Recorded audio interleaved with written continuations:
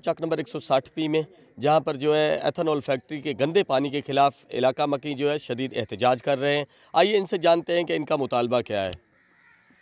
बिस्मिल्लाहिर्रहमानिर्रहीम। हमारा मुतालबा जी ये टैंकियां गंदियां एथेनॉल वाले लैके आते हैं, गंदे पानी दे जहरीलियां टैंकियां। ਉਹ ਇਹਨਾਂ ਦੀਆਂ ਟੈਂਕੀਆਂ ਲੀਕ ਨੇ ਜੀ ਸਾਡੇ ਪਿੰਡ ਦੇ ਵਿੱਚੋਂ ਦੀ ਕ੍ਰਾਸ ਕਰਦੀਆਂ ਨੇ। ਆਬਾਦੀ ਵਾਲਾ ਪਿੰਡ ਹੈ, ਕੋਈ 100 ਦੀ ਮਕਦਾਰ ਤੋਂ ਜ਼ਿਆਦਾ ਇਹਨਾਂ ਦੀਆਂ ਟੈਂਕੀਆਂ ਨੇ। 24 ਘੰਟੇ 'ਚ 1 ਮਿੰਟ ਦਾ ਵਕਫਾ ਵੀ ਨਹੀਂ ਪੈਂਦਾ। ਸਾਡੇ ਬੱਚੇ ਜਾਨਵਰ ਕੋਈ ਬੰਦਾ ਰੋਡ ਤੇ ਨਹੀਂ ਚੜ੍ਹ ਸਕਦਾ। ਪਾਣੀ ਡਿੱਗਦਾ ਉਦੋਂ ਇੰਨੇ ਹਾਦਸਾਤ ਹੁੰਦੇ ਨੇ ਨਾ, ਐਕਸੀਡੈਂਟ ਹੁੰਦੇ ਨੇ ਆਏ ਦਿਨ ਕਿਸੇ ਨਾ ਕਿਸੇ ਦੀ। ਕੱਲ੍ਹ ਸਾਡੇ ਮੁਲਾਜ਼ਮ ਦੀ ਲੱਤ ਟੁੱਟ ਗਈ ਹੈ ਇੱਥੋਂ ਡਿੱਗ ਕੇ। ਜਾਨਵਰਾਂ ਵਾਲਾ ਤਲਾਅ ਵਾਲਾ ਪਾਣੀ, ਉਹਦੇ 'ਚ ਜ਼ਹਿਰੀਲਾ ਪਾਣੀ ਪਿਆ ਹੈ, ਉਹਦੀ ਵਜ੍ਹਾ ਤੋਂ ਜਾਨਵਰ ਬਿਮਾਰ ਹੋ ਗਏ ਨੇ। ਸਾਡਾ मुतालबा है जी अपनी पाइपलाइन चलान, टैंकियाँ बंद करें।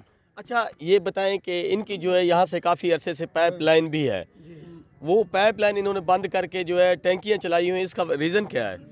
इनका रीज़न जो है ये जो ना कम खर्चा होता है इनका, पाइपलाइन पे ज़्यादा खर्चा होता है, इसलिए इन्होंने ना ये टैंकियों वाला निज़ाम ना, हमारे तो जान बनी हुई है ना इन टैंकियों की वजह से। तो मेरे साथ यहाँ पर एक और भाई भी मौजूद है, उनसे जानते हैं कि वो इस हवाले से क्या कहते हैं। जी भाई, ये मेन मसला इनका ये है कि जो इनकी मेन लाइन है वो उसमें ब्लॉकेज आई हुई है, उसे खोलने में ज़्यादा खर्चा आता है और इसी वजह से इन्होंने ये टैंकी बहाल की हुई है। ये कम खर्चे में लागत आ रही है। आए दिन से बहुत ज़्यादा नुकसान हो रहे हैं। सामने स्कूल है हमारा, बच्चे स्कूल से बाहर नहीं निकल सकते इस टैंकियों की वजह से। लिहाजा हमारी अपील AC साहब से और SDO साहब से अपील है कि ये टैंकियाँ बंद की जाए और उनकी मेन पाइपलाइन बाहर की जाए। इस टैंकियां ने साडा जीना मुहाल किया है। मोटरसाइकिल की डायट जी मध्यम होंगी है, इन्होंने खुद डायटा खिंच के खुद स्पीड पहुँचाते हैं। ये टैंकी तो 2 फुट टायर भी बाहर होंगे, जोड़ा एक्सीडेंट का बायस बनता। कई दफ़ा एक्सीडेंट होए ने। इन्होंने नहर के 2 दफ़ा इन्हों की स्पीड ओवर स्पीड टैंकियां नहर से 2 दफ़ा डिगियां ने। फिर इन्होंने थां थां ते पानी गंदा गहराया। मैं AC साहब नूं जिहड़े निगरान AC साहब ने उन्होंने दरखास्त भेजी सी। फिर मैं हाईवे वालों ने दरखास्त दी है। इन्हों ने हाईवे के उत्ते थां थां ते खड्डे मारे ने जिथों जिहड़ा ना बंदे दा लंघना मुहार है। फिर उत्थे इन्होंने पानी गिराया, रोड के उत्ते थां थां ते पानी डिग्या, मिट्टी पई है।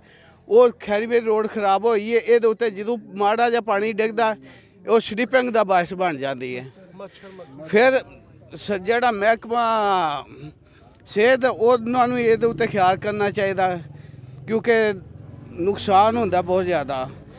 लिहाजा मैं इन्हां दी पूरियां वीडियो बनाइयां ने ते जेड़ा इन्होंने काम कीते ने।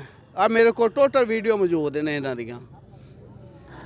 इन्होंने खाए पानी वाले भी पानी डिग्या, मैं वो भी वीडियो कैच की है। इन्हां दी टैंकियां लीकिंग दी वीडियो कैच कीतियां ने। मेरे को 36 को वीडियो ने इन्हां दियां पईयां। इन्हां दी मेरे च जाके मैं आख्या है। इलाका मकीनों का जी शदीद एहतजाज है। उनका कहना है कि इसकी पाइपलाइन जो है उसको बहाल किया जाए और टैंकियों वाला सिलसिला जो है गंदे पानी वाला जो है मुकम्मल तौर पे जो है बंद किया जाए। जी